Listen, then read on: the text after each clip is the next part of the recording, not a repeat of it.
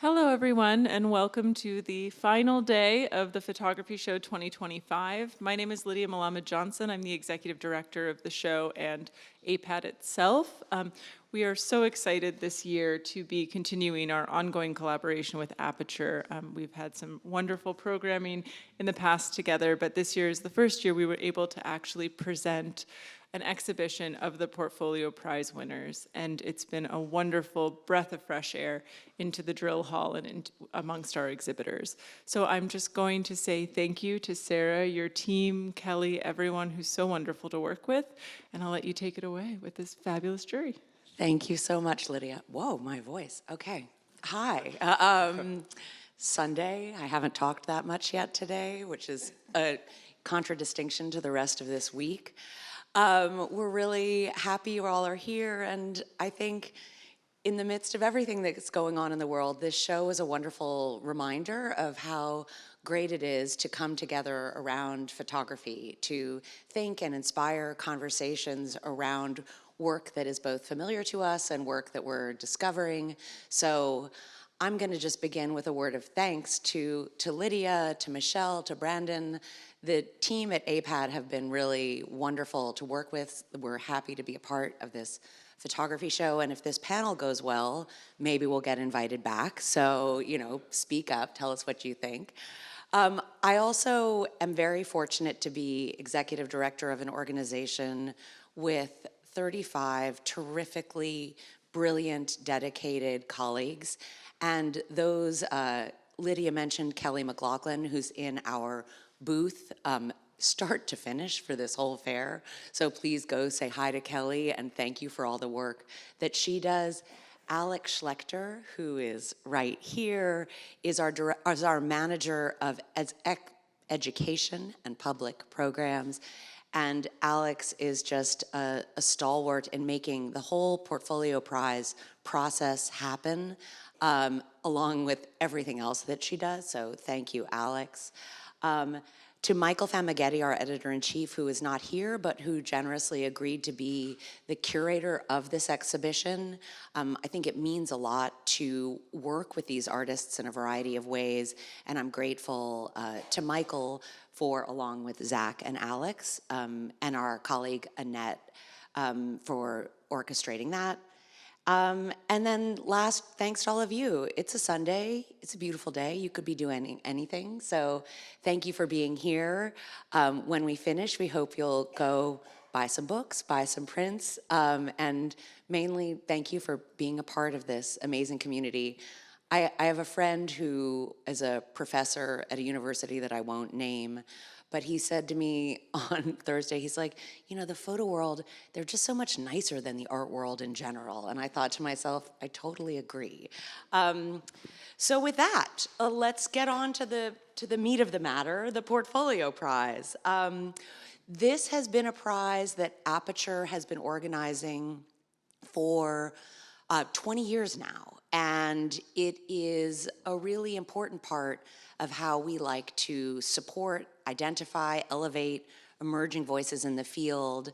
The list of distinguished past winners, so the company that these artists are joining is amazing. It includes Latoya Ruby Frazier, Ramel Ross, Alejandro Cartagena, whose book we're publishing this fall, and of course, Mark McKnight, who we're delighted to have on this panel here. A key piece of this process is not only identifying these artists, but also pairing them with a writer to generate an original creative piece around their work. Aperture was founded in 1952 as a magazine of words and pictures, believing strongly that the two of these things can fortify one another. That's what one of our founders, Dorothea Lange, said. And so we'll get to that in a little bit. Also, the winner of the prize is featured in a portfolio in Aperture magazine itself. So if you don't subscribe to Aperture, you should. And if you do, you'll be among the first to receive the summer issue of Aperture magazine, where that portfolio will appear. The main thing that has changed about the Portfolio Prize this year is that for the first time, instead of having the jury managed exclusively internally, we invited these distinguished outside voices to weigh in on the process. And in addition to Noelle and Mark and Lucy Gallen, whose son's birthday it is today, so we'll forgive her for being absent, led by Zach Hatfield, the managing editor of our magazine, it was a different kind of process. So when we had the opportunity to have this panel, I thought, well, I want to moderate it because actually for the first time since I've been at Aperture, I wasn't a part of it. I don't know how it went. All I know are these amazing 5 artists that they've identified.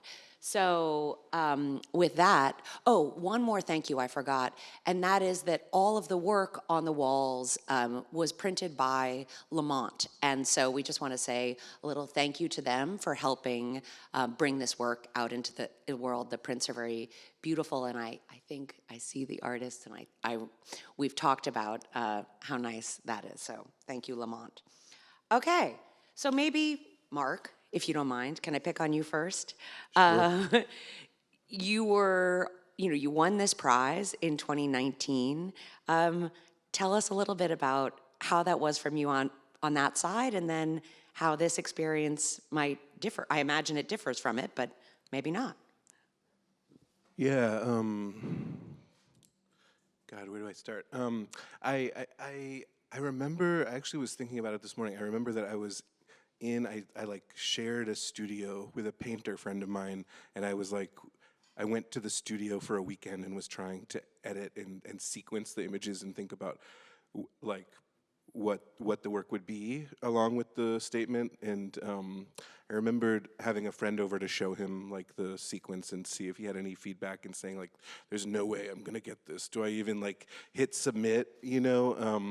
I'm glad I took his advice and just like submitted, because it went very well for me. Yeah, the process for me, what about it? Well, I guess you recently had an amazing show at the Whitney, yeah.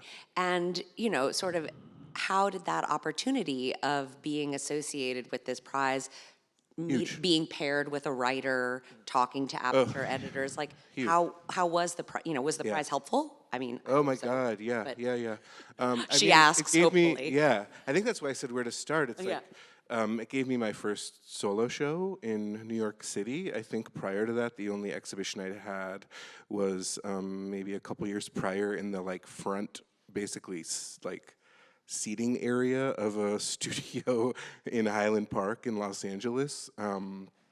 So that was huge, which also led to ending up with some gallery representation and having a show sort of concurrent to the show that happened. saw that show, along with actually, the when prize, which was just like mind blowing for me. It also led to I feel like I'm Aperture Portfolio Prize propaganda, but We like it. We like it it. was Go on, good. go on. It led to Loose Joints. There's a publisher reached out and wanted to publish the work, like a book of the work that I had used to apply for the Portfolio Prize, and I wasn't and am still not ready to do that book, but I had another idea for a book that they got excited about, which became my first monograph. Garth Greenwell, also the Portfolio Prize gave me like one of my best friends. You hadn't met before? No, had no idea he existed, and Brendan, who's Brendan Emser is yeah. the senior editor at Aperture, who at the time had Zach's job, was the Yeah. managing editor of the magazine. Brendan had, I wish he was here. So the story goes, Brendan had reached out to Garth on a couple of occasions. Garth, who's a fiction writer, said, I don't know anything about photography. Sure, keep me in mind, but this work isn't for me. I guess just on a couple of occasions. And then I guess Brendan sent him some images, and I very gratefully, they did something for him. So he agreed to write the text that appeared in the issue along with my portfolio, but it led to Garth and I having some conversations about our respective creative practices that have continued. I text Garth like every day, multiple times a day. He wrote probably what will be like one of the probably the best thing that he's just a beautiful writer. It will probably be the best thing that's ever written about me, which is this text in the back of that first monograph. We did a talk at the Whitney, and it's also just been like a really, in addition to getting his feedback, I think it's been like a really beautiful reciprocal relationship with someone outside of my medium that has just, it's like, it continues to be really fruitful. Definitely for me, hopefully for him a little bit. I'm sure he wouldn't answer your texts if it weren't. Yeah, sure.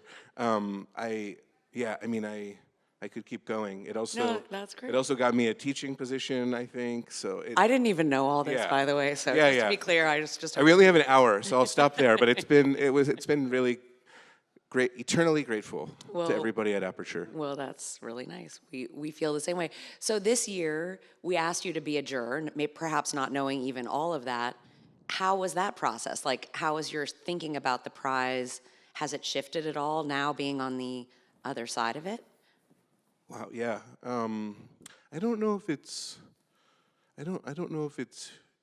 shifted so much as I just felt really honored to get to be a part of a process that did so much in my life. And also it was like a pleasure to get to look through so much incredible work. You know, we have 5 on the short list, and it was brutal to Yeah, that was what I was going to narrow ask. How that easy or hard down. was it? There was just there's a lot of great work and ideas. So, Great. yeah. Well, thank you for agreeing. When we were thinking of having an outside jury, we definitely wanted to have a past shortlist, someone who had won in the past. So if anyone else who has ever won it or been shortlisted in the past wants to volunteer for next year, we're listening. We won't bother you again, Mark, but thank you. We also, though, wanted to invite a juror who manages processes that might not be formally called a portfolio prize, but sees a tremendous amount of work and endeavors to make choices from all of the wonderful things you're seeing. And so Noelle Flores-Théard is the digital editor at The New Yorker, our first choice for somebody in the media world, somebody who approached it perhaps differently than we do at Aperture. And so, Noelle, doing this every day, sort of how does this compare and contrast with your day job? Well, first of all, it was an honor to be able to do it. Obviously, Aperture is such a storied institution, so it was just amazing to be asked to join the jury. The quality of the work was exceptional. I think one of the challenges, so I'm at The New Yorker, I'm a senior photo editor, and I produce the photo booth column. And interestingly, Aperture, we're always kind of We like, pitch to them "Hey." all the time. Yeah, you swoop in and we're like, okay, Aperture just did it again. But, the caliber and the quality of the work, I think, on this jury was absolutely phenomenal. And I sometimes tell this to photographers who get really frustrated about applying for things because they're like, well, I'm not going to win it, or if I don't win it, but I'm like, I actually saw projects, Sarah, that I'm like quietly, like, when this process is all over, I might be writing to some of you all because I'm like, was really blown away by the project, or I thought, yeah, I think I have in mind a writer, a New Yorker writer who would be really into this body of work. So I think that's the other part, is that, being exposed to so much of the work, and then such a range of form. Like, I think that's the other piece, is we all have our kind of like natural preferences. Like, I kind of come from the documentary world. But being on a jury like this, with artists and, people who see the world differently than I do, I think it's a really also very healthy thing to do, because it makes me kind of like stretch to better understand, the formal decisions people make, the way they're kind of like taking ideas and bringing them into two-dimensional form. So every once in a while, I had to kind of like defer to my colleagues in art, because I'm like, being able to judge the quality of something, I think, requires like a very expansive kind of mind and an ability to also hear from people who might have come from different disciplines and see different things in the work. And so I think people might be interested, since this is called jury duty, in how the process actually unfolded. So maybe you'll speak to that. I think I would be interested to know how it happens at the New Yorker too. How do you manage submissions and suggestions? But maybe you wouldn't mind speaking a little bit to how that process happens in Yeah. either context? I mean, I think big shout out to Alex. So in my former job, I was a program officer at the Magnum Foundation. So this was my job. So like, is everything put together properly? Are all the slides going to be in good working order? Like, are the jurors going to have everything that they need to have a great day? Anyway, you did an amazing job. So the production aspect, it was just very beautifully organized, and I know because I did it firsthand how hard that can be. And I think also for photo booth. So, and this is good for everyone to know. So all of the photo editors at the New Yorker pitch for this column that publishes every week on Saturday morning. So it's not like I have, privy. I'm certainly not the one that decides. Everybody pitches, and then it goes through a bit of almost like a jury process with the director of photography and story editors. And similarly, we have to think through like which New Yorker writer could take this body of work and write, 1,000 words about it. I think what's such a pleasure about this is that the work, the caliber of the work is so strong. And also, there's something very special about being able to turn your full attention to something. So like I'll get pitches on a pretty regular basis, and inevitably, sometimes like great things slip through the cracks only because I was like overly busy with something else, and then I see it somewhere else out in the world, and I'm like, I didn't follow up, or I wasn't able to see that all the way through. But to have like in preparation to look at all of the work, in preparation for the jury, and then to be on the jury, I feel like it was I kind of wish that there's like a day of the month where all I do is like this kind of thing, Well, if we could invite you back next year, we would. But would you mind sort of saying out loud, you all do give a generous amount of time to this. Would you describe sort of what the process was like? What did we ask you to do that was the worst and the best, maybe? Did we give you coffee, for instance? The lunch was amazing. No, I think it's like, what it is? It's everything, and I'd say this to photographers and to artists all the time. Half of the creative process is production and structure. Because it's like, was I late? I was probably late. I wasn't late? Okay, good. Because the person on the other end is like, okay. You were a little late. I was a little late. Okay. But I communicated though, right? Yeah. Right. You got a few of those emails like, oh no, I know you might have even gotten 2. Like acknowledging that this is due by Sunday. Can I have till Friday? So making the time to review the work in advance, I think was very important, and that's the part you have to structure your time so that you're prepared, so that when we meet, because this is the first time we've met, you want to feel like you're prepared and ready to engage and not kind of like scrambling. Oh my God, was I late? You were on time. I was on time. It's okay. So thank you. That's very helpful. Now, Zach, I hope you'll speak a little bit to this was a little bit baptism by fire. You've been at Aperture now. I'm not going to recite your cover letter when you applied, even though I can actually recite phrases from it by heart afterward if you want. But oh, if you want, I will. But you generously agreed to lead this process as managing editor for the magazine, which made sense to us because one portfolio is included in the magazine. The other 5, we commissioned the writers, and the other 4 are online only. But you had been at artforum.com for a long time before you joined us. Mm-hmm. How was the process for you? It was really interesting. I guess I did lead the jury, but I want to clarify that when we were actually looking at the work, there was no hierarchy or anything like that. But this was my first jury ever doing that, but I found that the process was pretty similar to working at a magazine. You see a lot of work as an editor at Art Forum, where I was before, and now at Aperture, and you have to sort of, come up with a way to assess it. But I've never, when I look at art, have looked at it with a strict criteria. That's just not really how I like to look at art. So it was really an interesting challenge, I think, for me personally, to kind of look at this work and, you know, with something like a prize, and to really question my own thought process about what I think is worthy. And how did the other jurors influence or help? Well, I you know, think was that a personal process, or was that one that was informed by what you were hearing around the table? I think a bit of both. I mean, the really nice thing is that everybody's bringing their own perspectives, and they're maybe sympathetic to different visions and different ways of working.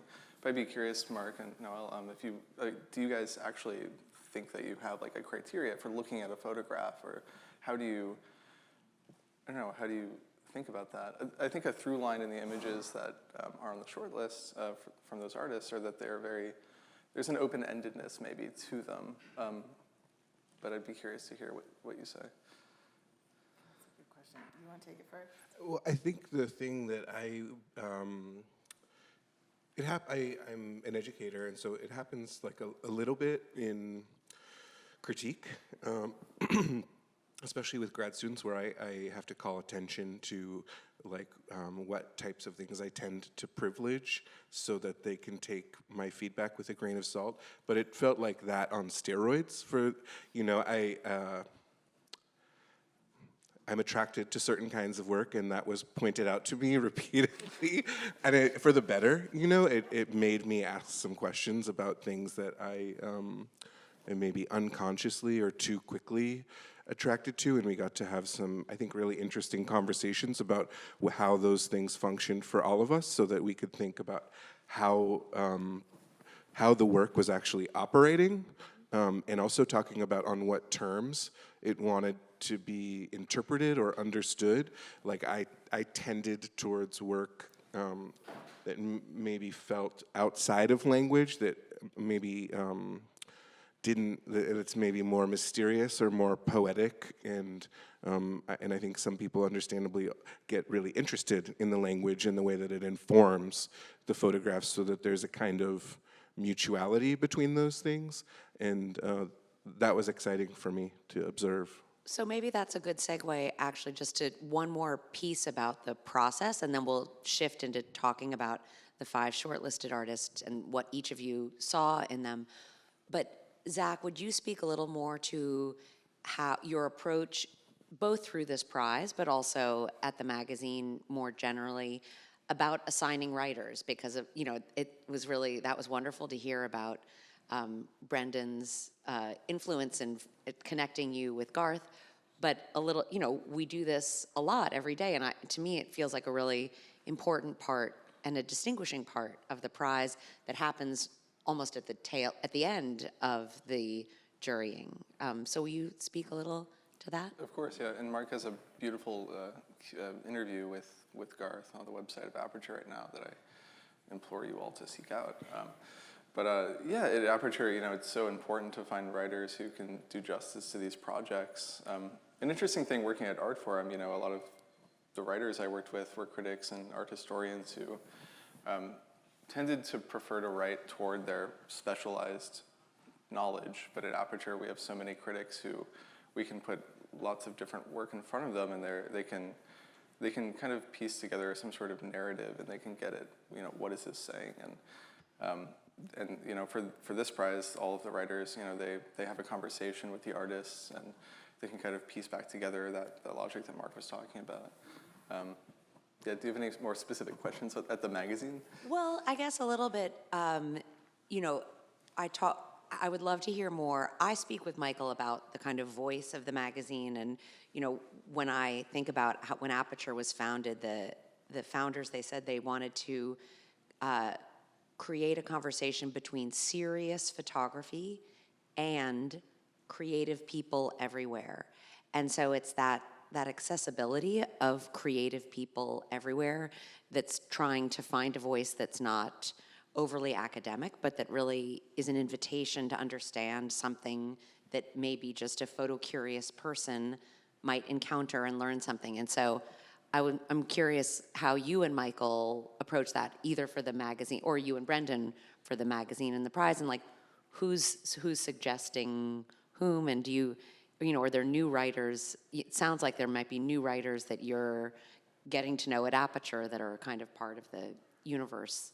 Sure, yeah. I'm always trying to, Michael and I are always looking for new writers. Interesting thing when we're commissioning, say, like a photograph to run for a piece, often there's something, we like to cross-commission. You get someone who you wouldn't really think about to photograph that person. And I think there can be an interesting that happens maybe too in writing.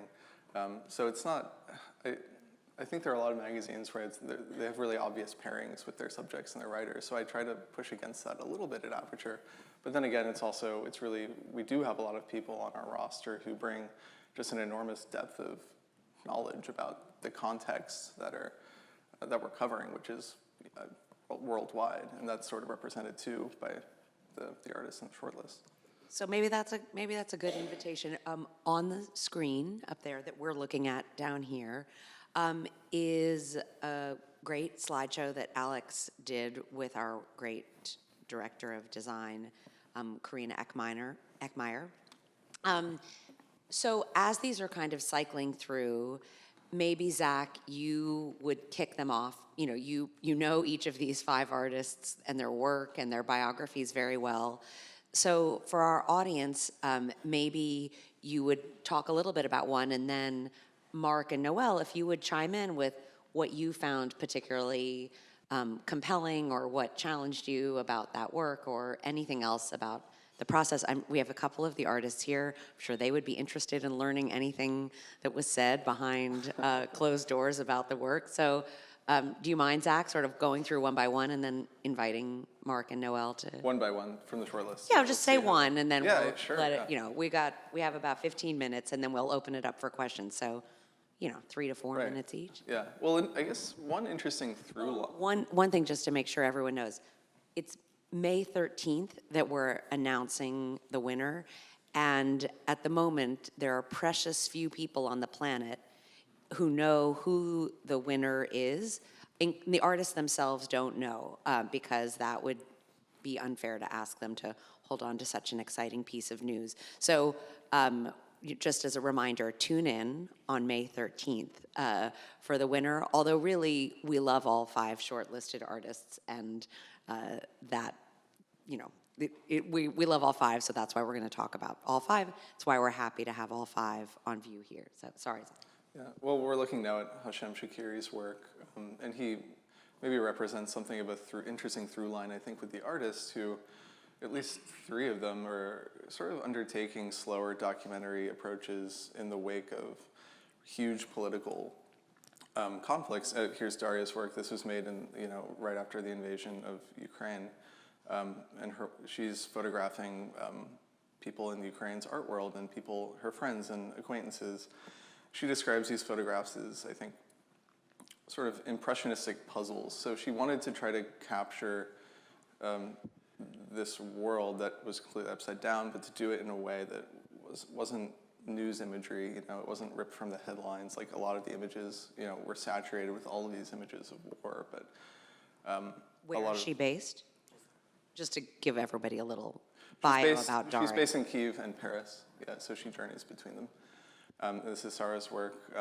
She's an Iranian artist and now lives between, is it Tehran and New Mexico? That's right? Okay, great. We're lucky to have her here if you want to ask a question. So her project kind of started after the Women Life Freedom protests in Iran, which were, these feminist protests that were maybe the hugest uprising since the revolution in 1979, and now we're moving too quickly through the slides. That's what I was sort of saying. We can pick one. Let's faster. Talk. Right? Let's just talk faster. Talk a lot faster. No, don't worry about the slides going through. Pick one, and then if when they align, then we'll talk about them. Yeah. Well, I'm trying to talk. Maybe better to talk about the similarities between them. But okay. This is Alana's work. Alana Perino. She made this work in Florida, where she moved temporarily with her parents, and so they're photographing family members. Oh wait, I have an idea. Can the loop be slowed down? Is that possible? That would be helpful if it's. Could we slow down the loop to have like 30 seconds on each picture, and that way, just to respond to? Okay. Oh, great. Thanks. Okay. Great. Just ready? Nothing. That's Let's start again. This'll, and then when they go through the second time, we can have Mark and Noelle we're just, cinema verite. Yeah. Do we want to have anything on the screen though? Or? Yeah, here we Okay, go. Okay. Yeah. Thank you. Oh, sure. Emma Russell. She's also living in New Mexico. She works with taxidermied animals. She's photographing them against these backdrops that she's come up with. The backdrops comprise a range of imagery. Some of them are these sort of romanticized landscapes by the Hudson River School painters. Other ones are sort of smoggy skies taken by iPhones. And what I love, she describes her work as sort of about our desire to possess nature, and this sort of, she's staging this interesting showdown maybe between nature and artifice that I find really absorbing, and it's kind of hard to tell what you're looking at immediately in her images, and I really like that in a photograph, how it sort of slowly kind of dawns on you over time. Yeah, and here's Hashem's work. He made this in Afghanistan after the Taliban was restored to power. And so, again, he's sort of making, it's a much slower process. A lot of international news outlets had moved on from Afghanistan very quickly after the Taliban took over, but that's when he decided to sort of embed himself there and really sit with these people, ethnic minorities and the women who are being systematically stripped of their rights and learning their stories. And so a lot of these photographs, they do have, I think, like extended captions, and they tell the stories, but they're not, it goes back to that mutuality you were talking about, Mark. They're not sort of reducible to that. I think about that, especially in Sarah's work. I was really moved by those photographs, and there is a kind of mystery and poetry to those images, in spite of the fact that they're tethered to reality, and very meaningfully so. I guess that also makes me think about some conversations we were having in the jury room about what kinds of work we were attracted to, and maybe even felt a sense of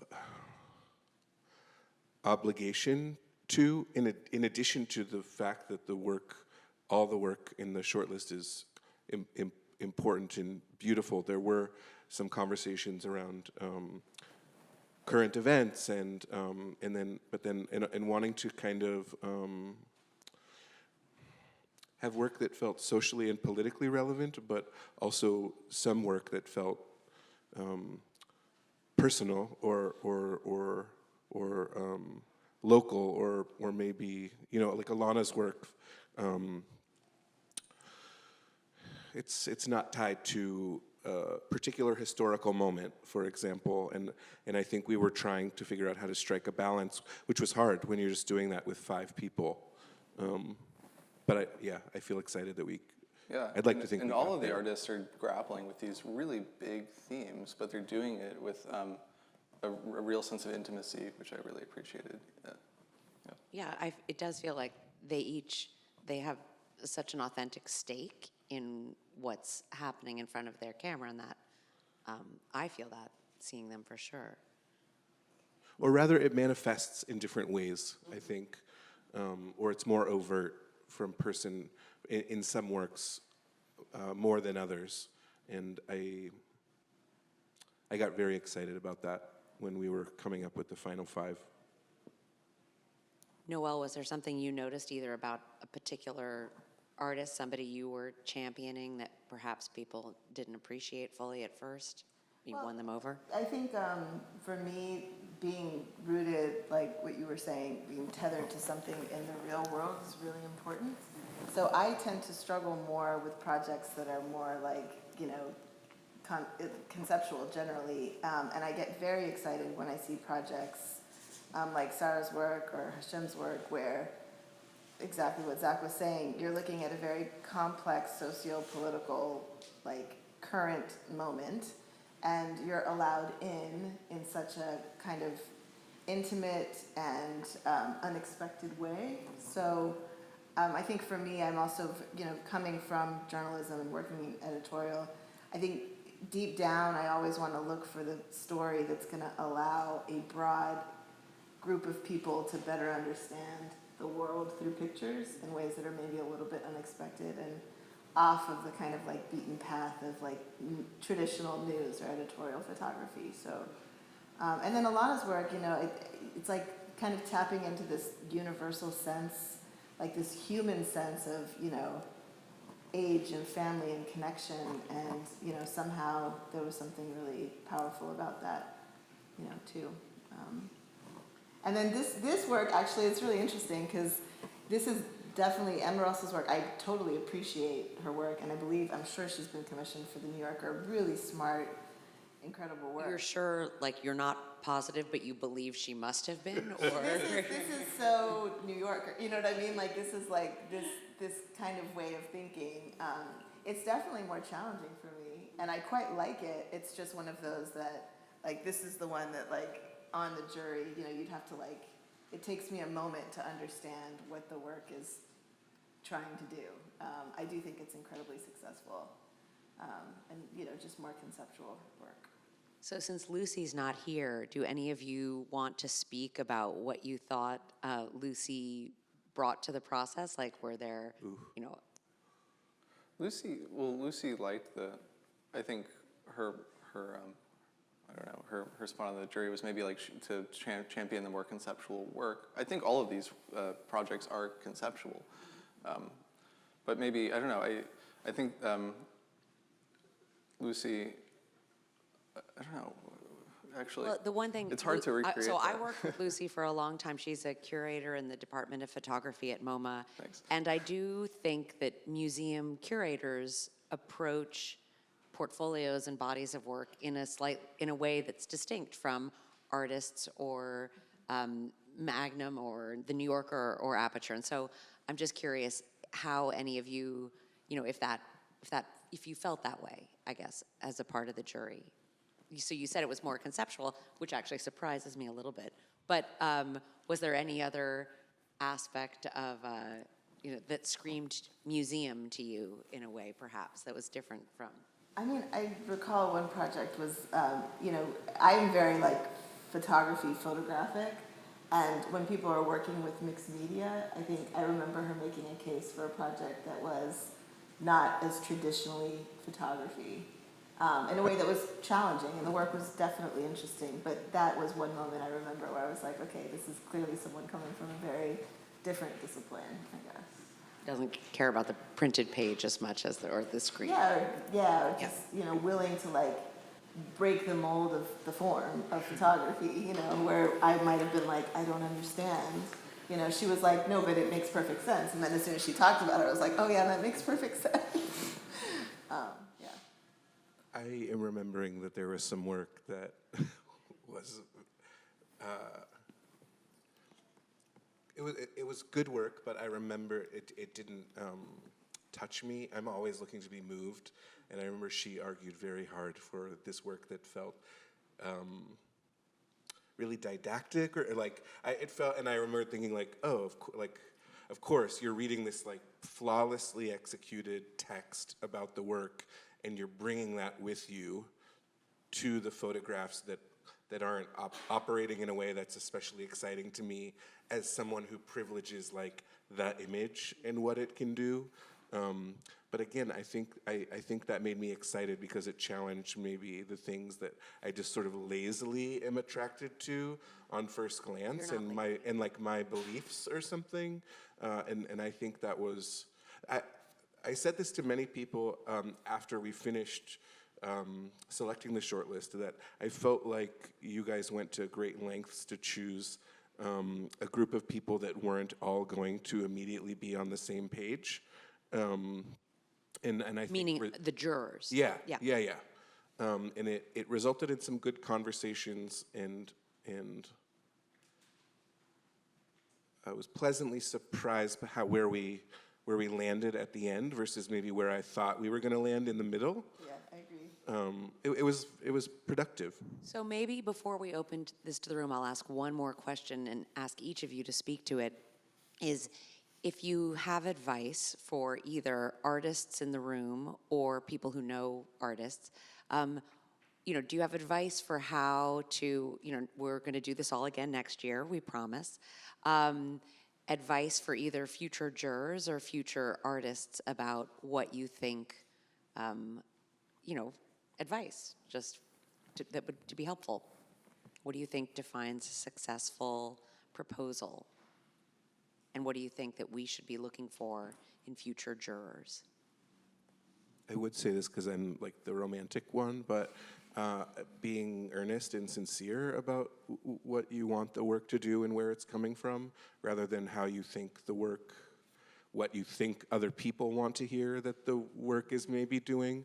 It's like you can kind of smell it in the writing when someone is trying to steer something in a way that the work is actually not going, and it can be to the detriment of the combination of the proposal or the project statement and the work. They can like kind of cancel each other out in a way. But my big advice is to just apply over and over. And if you don't get it, don't take it personally, because we were just a few people. This isn't Just a few people choosing a few yeah, people. So, this isn't to say that like the people who are on the short list are incredible, but I think it would have been a completely different group of people if it was a different group of jurors. It's just, with all things you apply for, it's kind of a crapshoot, which is, I hate to say it. But it also makes... That was my father said to me on the eve of my wedding. It's crap. So. It also makes rejection, which is like inevitable, so much easier. That's great. Zach or Noel, advice to future? Sure. I think we received a lot of submissions where, not the artist statement, but the text, each image is, you're supposed to write a brief caption.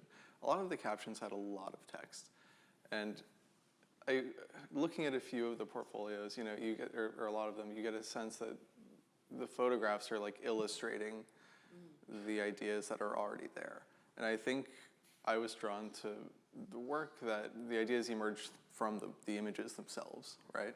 And So rest assured, we look at the images, I think, maybe. yeah. You don't have to tell us what we're looking at. Yeah. That's good advice. Completely agree. Also, I'm somebody who I appreciate very succinct, clear language. So I love what Aperture was saying as its inception, it's not the jargony stuff, it's how do you bring photography to a wider audience? I think that's the other part. I would encourage photographers to just be clear and succinct in the text. It is very painful when the text ends up working against the work, like what Mark was saying, it's happened. You're like, God, I wish I hadn't read that. And I think that's the other piece too, is just echoing, continue to apply for things. You never know who's going to be on the jury. You never know what opportunity might come from someone seeing the work on a jury. Also, I think it's a good discipline to just, each time you apply, it's like you're sharpening your knives or whatever. You're like, okay, well, 6 months ago I applied for this thing and I'm doing the same body of work, but actually I could probably think of it this way. Or anyway, you're constantly rethinking through how the work can be presented and the meaning that, it has. And how the images work together too. It's so important in these portfolios that you're building something that there's an equipoise that's really hard to achieve.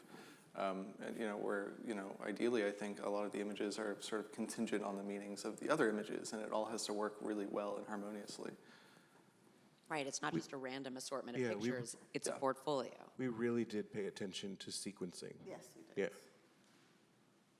We definitely did. So thank you all.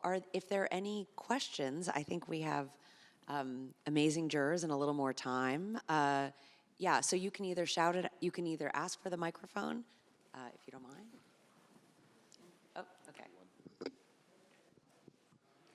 Thank you for those wonderful reflections on the process that you deployed while going through your selections. In fact, what I found very informing, and maybe you all could dwell upon it a little more, is because all three of you come from different practices of editorializing and editing. It was quite interesting to note how each other's processes might have opened up for the other one. a new dimension of how and what you all thought, was the primacy of the image or the important image there. I'd like to take that a little further in terms of reflecting, and it came from you really, Mark, when you said critique.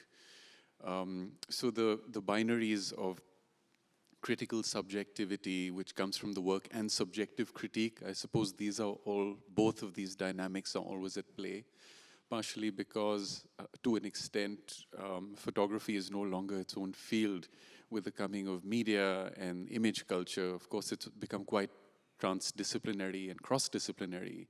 So I'd like you, while maybe you reflect on this idea of how each other's editorial might have opened up, also the challenges of photography in today's media culture space. And the last thought I had very quickly was, I think, Sarah, when you mentioned the idea of authenticity of these images, it also made me understand, especially while looking at even the work of Daria, the question of vulnerability, the fragility of photography, and how easily images can shout out, but also censor in different ways, or are self-censored in many ways. So in terms of sustainability and the importance of this prize, looking at it maybe even going into the future, how does that question of its sustainability, its ability to come out of certain difficult places, how can that be addressed maybe in different ways? So maybe each of you would pick a piece of that you want to tackle. I mean, I think I'd take the interdisciplinary piece. I do think that's very interesting. And to your point about like suggestions for future juries, I think maybe there's a tendency to feel like, well, I mean, I don't know. I used to organize juries, and like there's the personality of the jurors is actually something to be considered. And I think as a juror, I think being open to still learning is really important.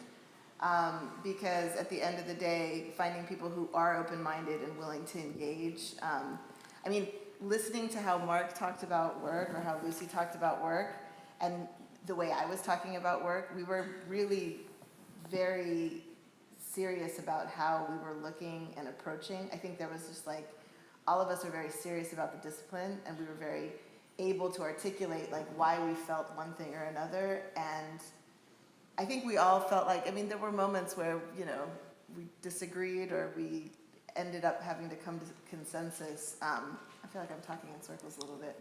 But I mean, I think maintaining like a sense of openness is very key. And I think that's what made this jury, successful. I think also the point of authenticity of the pictures, and Mark, you mentioned it too. There is something that's almost like indescribable, but once you've like been looking at work for long enough, I do feel like you do get a sense of like the people who are invested in the work at another kind of level. And I'm not saying like, I'm sure like half of everyone who applied has that same kind of energy, but it's just this intangible commitment to the work that I think comes through, and it's really hard to describe, but you kind of like can feel it when you're looking at the work.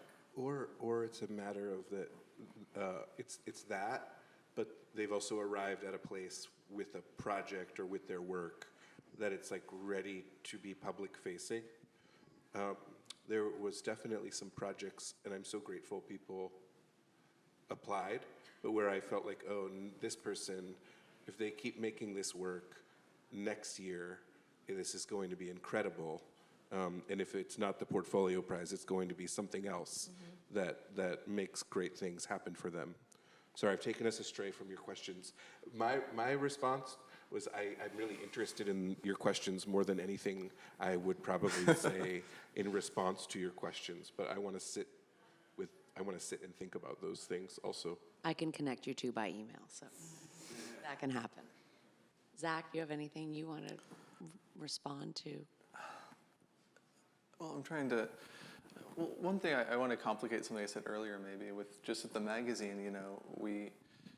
It shouldn't just be what Michael, and I like, but I did feel a license with the jury to.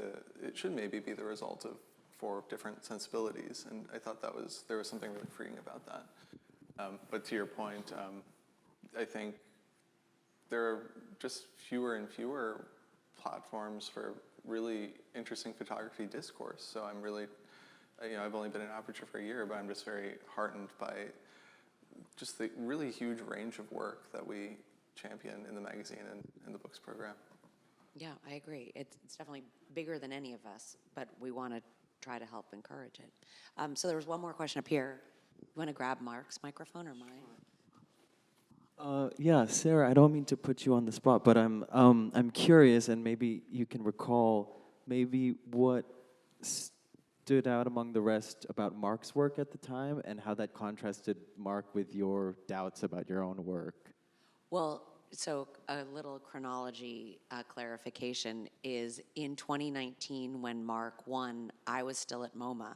So I remember seeing his work though on view right after he had won, and I walked in, and the gallery was thrilled, and I was thrilled. It was like it was exhilarating, and it certainly was a piece of when I was thinking about, well, was I ever going to leave MoMA?